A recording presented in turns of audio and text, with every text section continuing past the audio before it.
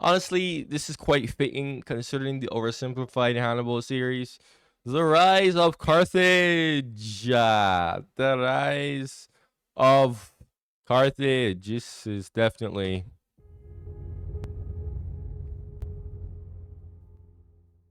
Today, Carthage is remembered only in the context of its dramatic fall. It is the historical Goliath slain by Rome with little attention spared on its backstory. The reason is quite simple. The Punic Wars between Rome and Carthage were an epic, century-long clash of civilizations Oh, whose yeah. final chapter concluded with the utter destruction of the North African Empire. History was written by the victor, and the memory of Carthage was left to the ashes. This has tragically left us with only fragmentary information about a fascinating civilization which lasted over 7 centuries and which at one point ruled over much of the Western Mediterranean. Bro, 7 centuries, man. Absolutely insane, dude. I always wonder, like, what would time be like had Carthage stuck around? Like, would Carthage be kind of like how, Rome lasted for as long as it did, that it had so much influence on us? I always, like, think to myself, like, would Carthage last that long? Or, like, would it just be conquered by another empire? Because I don't think that there was any other empires around Carthage that could really challenge it. Like, Carthage was like the juggernaut, bro. Like, Today, it will be our goal to draw back the shrouded veils of history and bring to life the rise of Carthage.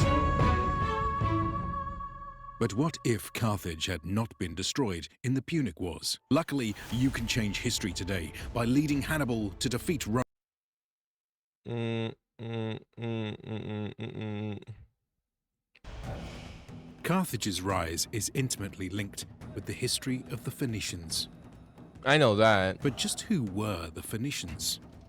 Well, to start with, they were a cultural group which lived in the coastal areas of the Middle East, a region covered today by Wow, the Phoenician alphabet was widely used across. Oh, wow. You see, that's what I mean.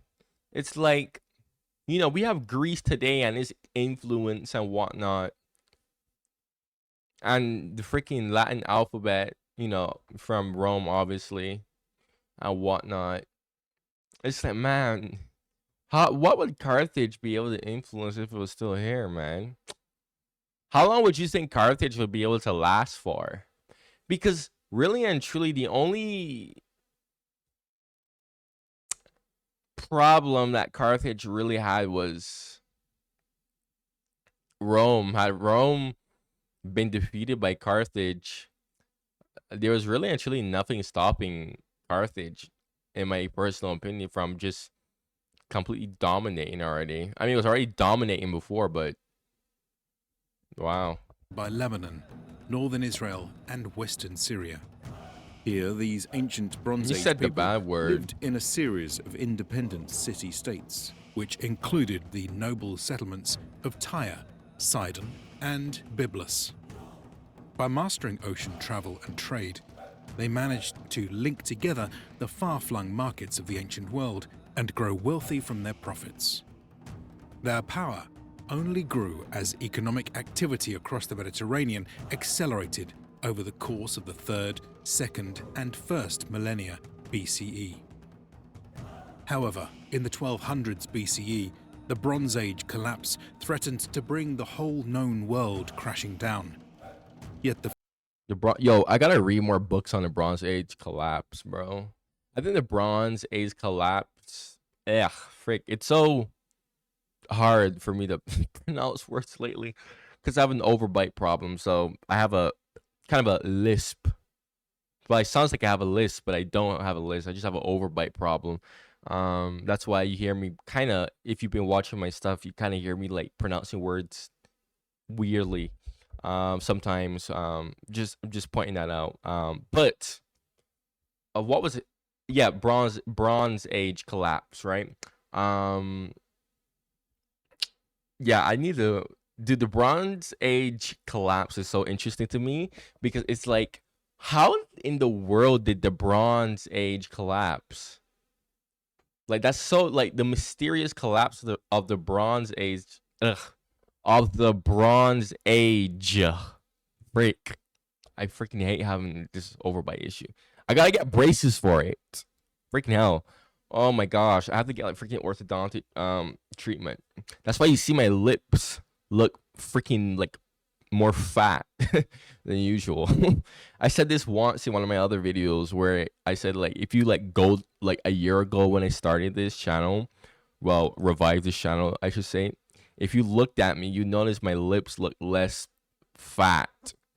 Yeah, that's because my overbite problem wasn't as bad back then, but no, it's actually becoming freaking more problematic now. So you're gonna see me with braces eventually, sometime this year. Within a couple of months probably. So that's gonna be interesting. Um, oh my goodness. But yeah, definitely have to um look more into the Bronze Age collapse because that's probably one of my favorite parts of history, due to the fact that it's just mysterious, really and truly. And it's like, man, it's like I love to theorize. Okay, if you watch my stuff, you know that I like to just put open theories out, just for the fun of it, right? That's one of the things I like about history. It's just think about the what ifs, right? The Phoenicians would prove And that's resilient. probably why I like Carthage a lot too, because Carthage is one of those biggest what ifs, man. You know, like it really did seem like it would dominate until we all know what happened. Amazingly, they weathered the storm and even managed to capitalize on an open market while their land-based rivals withered away. As a result, great cities such as Tyre rose to preeminence. Fueling their growth was a movement to expand on existing trade networks by founding hundreds of outposts and colonies across the Mediterranean. By 800 BCE, there were Phoenician colonies everywhere, from Cyprus and Sicily to Spain and North Africa. In these endeavors, Yeah, this is how I imagine colonialism. This is what I imagine colonialism to be like. This is how I grew up thinking colonialism was. Never did I grow up thinking colonialism is like what most of these people think it is. Freaking going around conquering other people. When I freaking first heard that, I was like, what? I'm like, that's not that doesn't I was that was just absurd to me. I mean, I've talked about this a lot on my Islam videos, but I haven't really talked a lot about this on my like Eurocentric videos. But basically, in a nutshell, because some people from my Eurocentric videos obviously don't watch my Islamic reactions. But basically, I basically said how people just have the wrong idea of what colonialism is, and they mistake the idea of conquering someone and thinking that's how colonialism is, when in reality those are two different words. Or they confuse the word barbarism with colonialism, and they think barbarism is colonialism. Like, no, it's just that they just both go, bloody hell, sorry, they both go hand in hand. They both coincide with each other. They both correlate, right? So usually when you're, conquering a place, obviously you're gonna settle that place. And when you settle that place, what are you doing? You're colonizing, right? Because you're, setting up new places, new cities, new, self-explanatory, right? Yeah, I guess that's where people just got that idea of freaking like colonialism and conquering, and they mistake those words, right? And people like freaking hell, man. And the thing is like, even though you know the whole problem with slavery is still like, due to the fact of where I grew up, in my country, and since my country was uninhabited, you know, um, and the English came and just built it from scratch, basically with slave labor, of course, um, that they bought from Africa. It's like, I just thought, oh, that's how it was like everywhere else. Like growing up as a kid, I just thought, oh, you know, people just got up from their indigenous homeland and just went and, find other places and, set up new settlements that would become colonies. And that was that. Right? That's how I always thought of colonialism. Actually, that is technically the actual definition of colonialism. But like basically, I'm just saying. I'm talking about this because again, you know, there's so much instances of like actual colonialism happening that you can like see for yourself. Like this, for example, and people still have this stupid idea of, oh, colonialism is like they have this wrong idea of what colonialism is, and it just annoys me. Okay, if you hear me talking about this a lot, it's because I get stupid comments from ignorant people who say stupidness in my comments, freaking talking about some how could you freaking kiss up to your colonizers and whatnot. Like, what do you mean? How could I kiss up to my colonizer? Like, you know what a colonizer is? A colonizer is just somebody who just got up and just set up a new freaking settlement in a different place. That's it. So when I hear stupid comments like that or whatnot, I'm just like, what? Like what? It annoys me. See how ignorant, bro. It's the ignorance with arrogance. It's not even the ignorance part. It's how people could just confidently just type these comments, bro.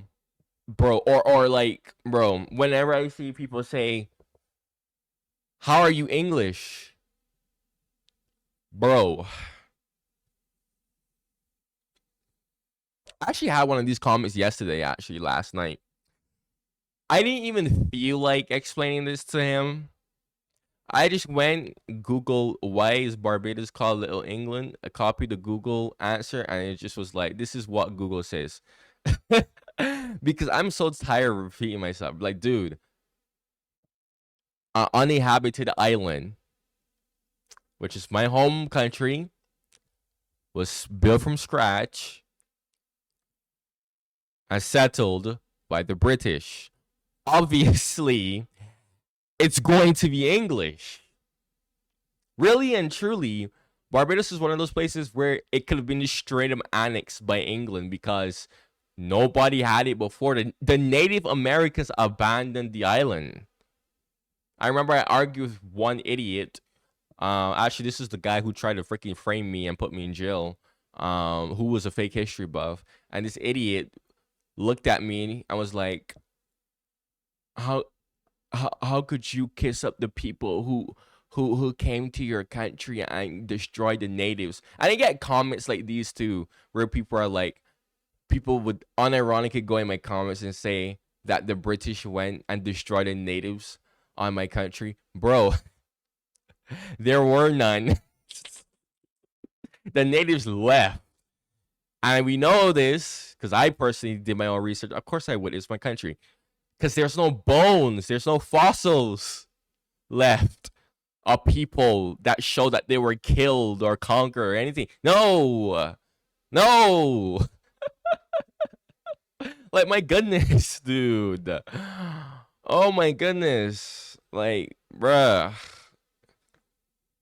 And the fact that Barbados wasn't conquered by any other European power, it just naturally just became like any other part of England over time, right? That's how I imagine a colony to be growing up as a child. But then it wasn't until I like got older, I did more research, I realized that there are different types of colonies. like exploitation colonies, for example, right? Where you're just extracting resources, right? Which is what Barbados was, of course. Barbados is also that. Barbados is basically a slave colony, and it was a settler colony as well, actually. Originally, it was a settler colony. The purpose of it was supposed to be a settler colony, but the English just realized, like, holy crap, this island has so much good soil. We can make a lot of bank off of this and whatnot. So, anyways, okay, let me stop yapping. The Phoenicians found fierce competition from their Greek rivals, who were also occupied with colonizing the Mediterranean in places like southern Italy. Such colonies could range in size from small trading posts or religious sites to fully fledged cities. Politically, the Phoenician colonies of the Mediterranean were free to govern themselves, although they typically paid homage to their mother cities in various ways. Yeah, of course. Exactly. This is how I thought like every single colony was. Like, bro. No, I'm gonna go as far as to say this is how colonialism is. Okay, I don't care what people say.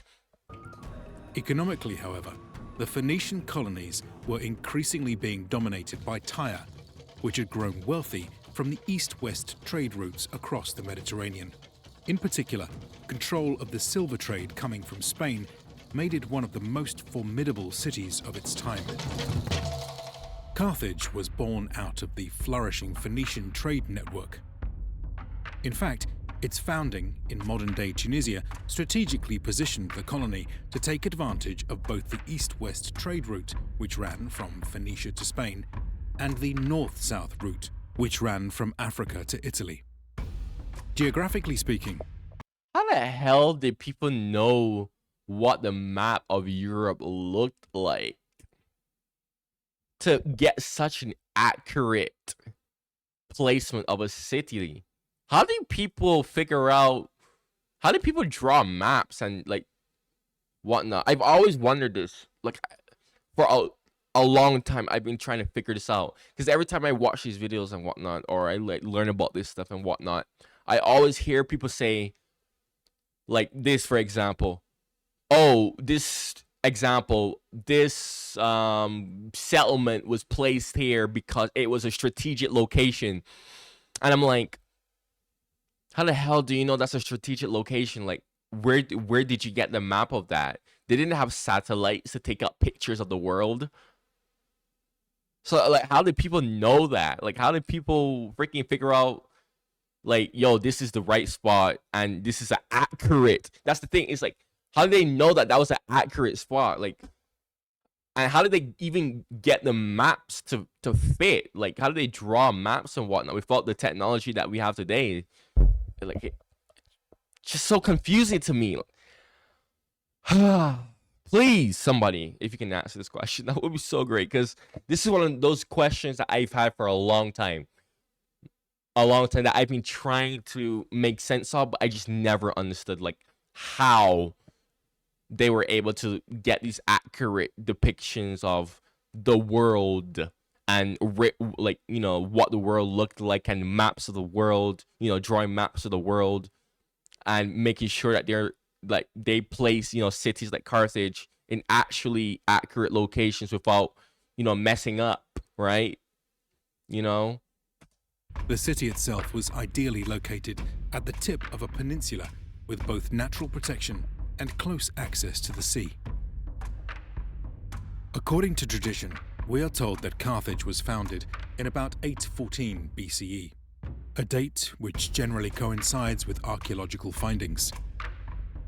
The foundation myth tells of Dido, a princess who had fled Tyre.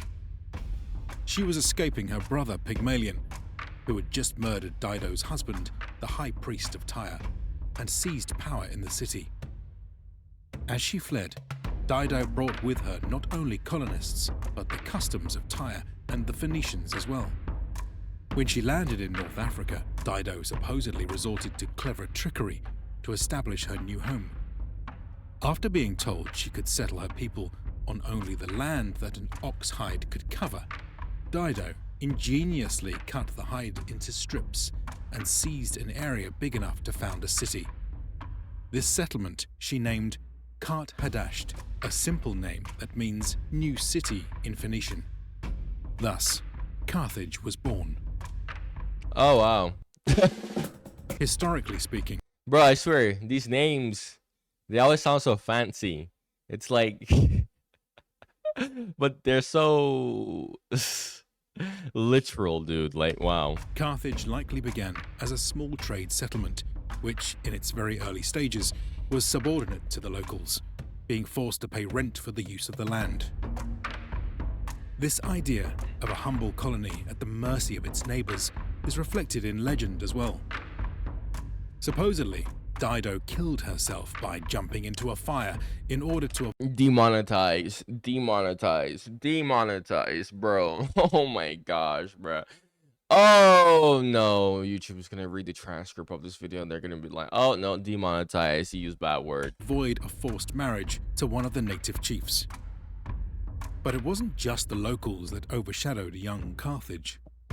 There were other, elder Phoenician cities in the region, like Utica and Hippoacra, which may have exercised some degree of control over their younger sibling. Yet, despite its infancy, the new city appears to have grown quite rapidly.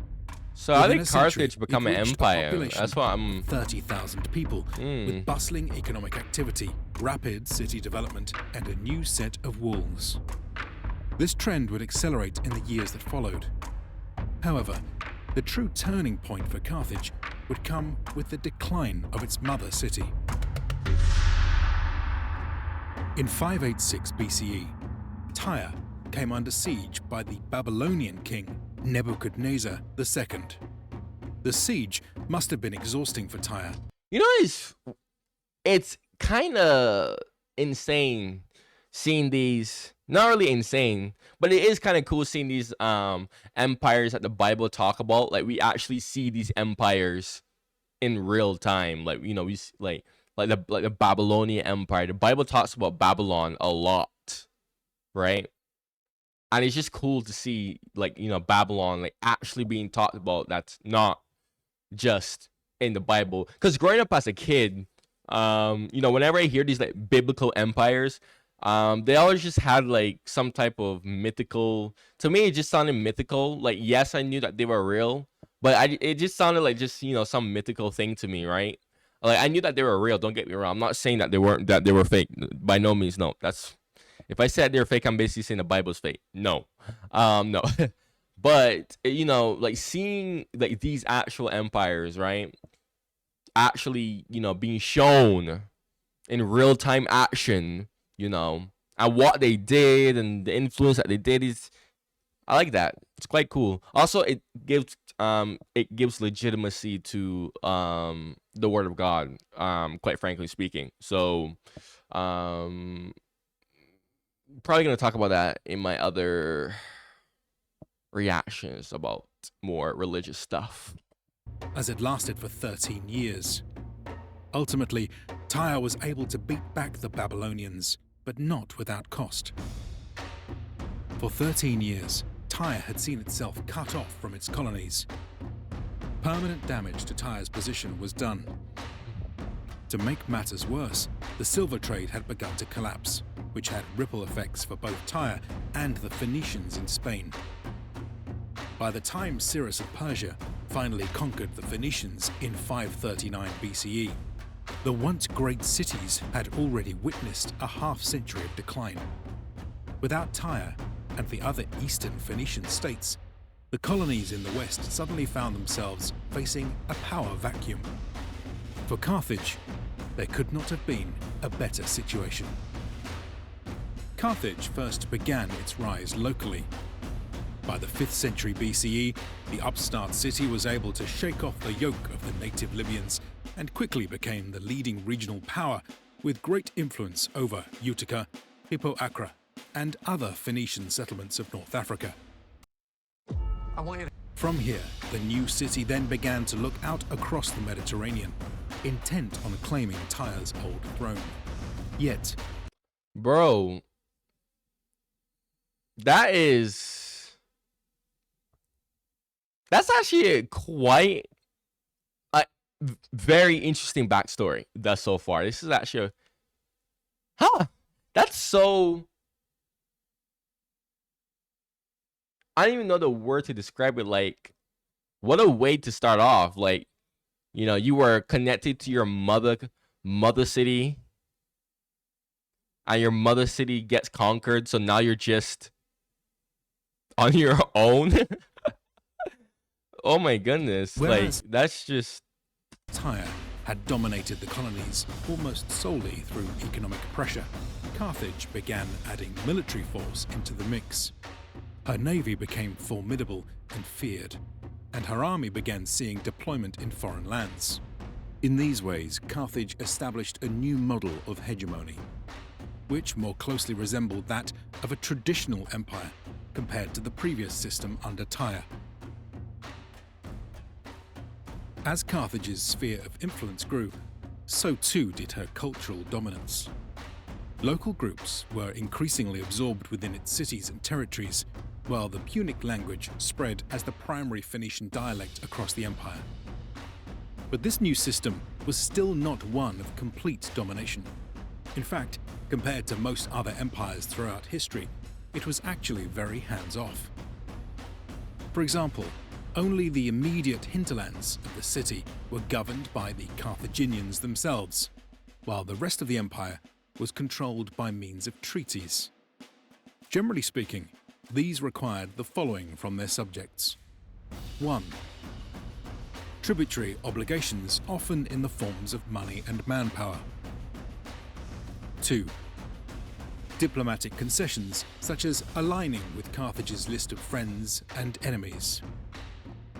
3. Special war duties such as troop garrisons and supply requisitions. Apart from these restrictions, though, cities in treaties with Carthage governed themselves and kept the rest of their freedoms. After all, Carthage's primary goal was to keep the wealth flowing rather than meddling in low-level internal politics. This new empire was not afraid to flex its muscles, and Carthaginian expansion in the following centuries was both fast and forceful. Around 600 BCE, the Carthaginians occupied Ebusus in a move to dominate nearer Spain, while at the same time seeking to project power into the seas around southern France. In the following century, the Carthaginians found themselves fighting wars in Africa, Sicily, and Sardinia under the semi-mythical general Malchus.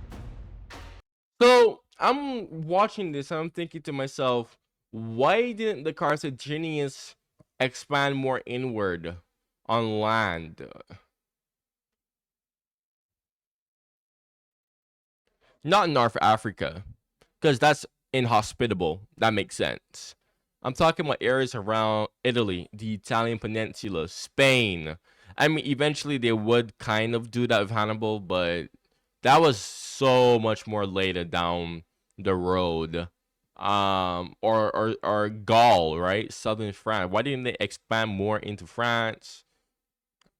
They kind of just were on the coast. Like why'd they just stay on the coast? Is why I'm His successor, Margo I, then kicked off the long rule of the Marganid clan, which would dominate Carthage politically for roughly 180 years. Under their reign, the military power of Carthage grew even further, with a greater emphasis placed on the deployment of powerful armies and fleets across the Mediterranean. By 500 BCE, these were used to dominate North Africa, southern Spain, and a host of Mediterranean islands, including Sardinia and western Sicily. This last region would become the bane of Carthage. Over the next 300 years, 11 wars would be fought across its rugged lands, and it would be here that the spark was ultimately lit for the Punic Wars, which brought about the fall of Carthage. But that story will have to wait for another time. Now that we have already know traced what the happened. broad trajectory of Carthage's We already know what happened, okay? rise to power, let us take a closer look at its civilization. We will do so in the following order: government, economy, culture, and military. Initially, Carthage's government had been ruled as a monarchy whilst under Tyre. Upon gaining its independence, however, it adopted a new constitution which established an oligarchic republic. Bro, what a way to get independence, bro. Like, seriously. My question would be, why was it that when Tyre was conquered, what was the empire that conquered Persia? Why didn't Persia like annex the colonies of Tyre? Like, they just couldn't? They just didn't have the means to? Like, what? But still, that's a very cool way to get independence. I don't know. Usually, when I hear independence, I just hear of either a country fought for it, a country was granted independence. Usually, those are the two main ways countries um, get independence. But just getting independence just because your overlord was conquered by somebody else and you're just alone there. That's a very cool way to become free, I guess. I don't know. This involved two annually elected heads of state called Safets. They presided over a senate of 200 to 300 members, which together proposed legislation and conducted diplomacy. Below them was a popular assembly made up of Carthaginian citizens, which elected magistrates and voted on policy decisions. At various levels of government would be other bodies which handled all sorts of administrative duties. A particularly important body was the Court of 104, which provided oversight on military commanders. Such a system was incredibly sophisticated for its time, and several ancient writers remarked on its robust nature. The Carthaginian economy was incredibly diverse, with a large amount of domestic production and trade. For example, advanced agriculture and fishing ensured that huge amounts of food could be harvested from the fertile lands and coasts of North Africa, while all sorts of other raw materials like timber, skins, salts, and metals were extracted from across the empire. These might then be processed and manufactured into more desirable products or luxury goods such as garum, colourful dyes, or jewellery.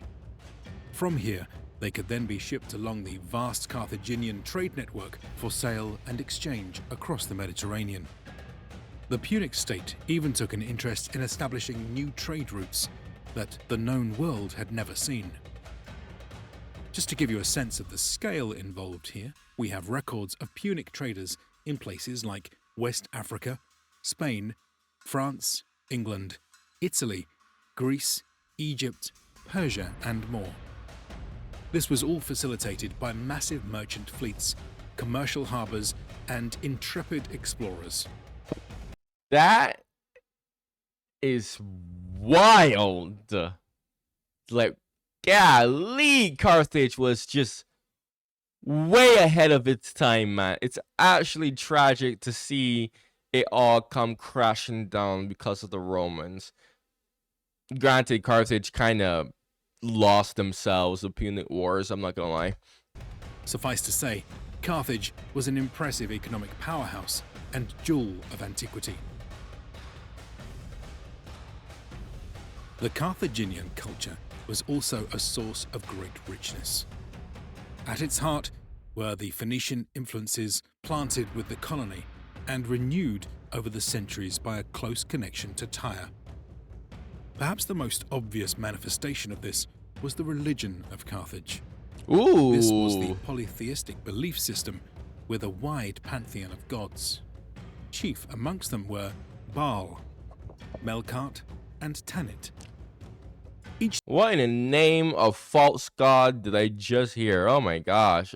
Smite them all down. Deity had their own temples, which were frequently masterpieces of engineering and beauty. Oh, that's cool, but that's still disgusting. How could you worship other gods besides the one true God?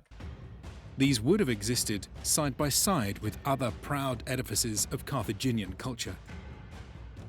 Massive twin harbours, vast markets, artisan districts, gridded neighbourhoods, 6-story apartments, Six marbled public stories. buildings, 6 palatial stories. gardens, fountains, statues, 6 stories? What the heck? That's tall for this time. and all kinds of other structures. Filling the city would have been subjects and visitors from all parts of the globe. They brought with them their language, their clothing, their food, and their customs. Though few records remain, one can just imagine the incredible sights, sounds, and smells to be experienced while walking the streets of Carthage. And lastly, we must mention the Carthaginian military which protected the empire. Famously, its land forces were composed of only a minority native force which might take the field as a citizen hoplite. Meanwhile, the majority of the troops were actually auxiliary units supplied by tributary subjects, or were specialist mercenary elements drawn from communities across the Mediterranean. Yet another tool in the Punic arsenal would be their feared war elephants, trained locally or imported from abroad. In the hands of a competent general, the flexibility of these forces could prove devastating. But the true might of Carthage lay with its navy. This was amongst the largest and most advanced fleets of its time. Its vessels were produced in state-of-the-art facilities using cutting-edge methods of mass production. The core of the force consisted of squadrons tasked with protecting the merchant fleet, with additional warships being deployed in times of conflict. And it got conquered. It got freaking defeated and conquered by the Romans. Freaking mind-blowing to me, bruh. For a country that's so good at naval, put all of its stats on freaking navy. Freaking, you're telling me that they couldn't find a way to counteract the fact that the Romans figured out how to freaking pull their ships and basically board it? Come on, it's mind-blowing to me.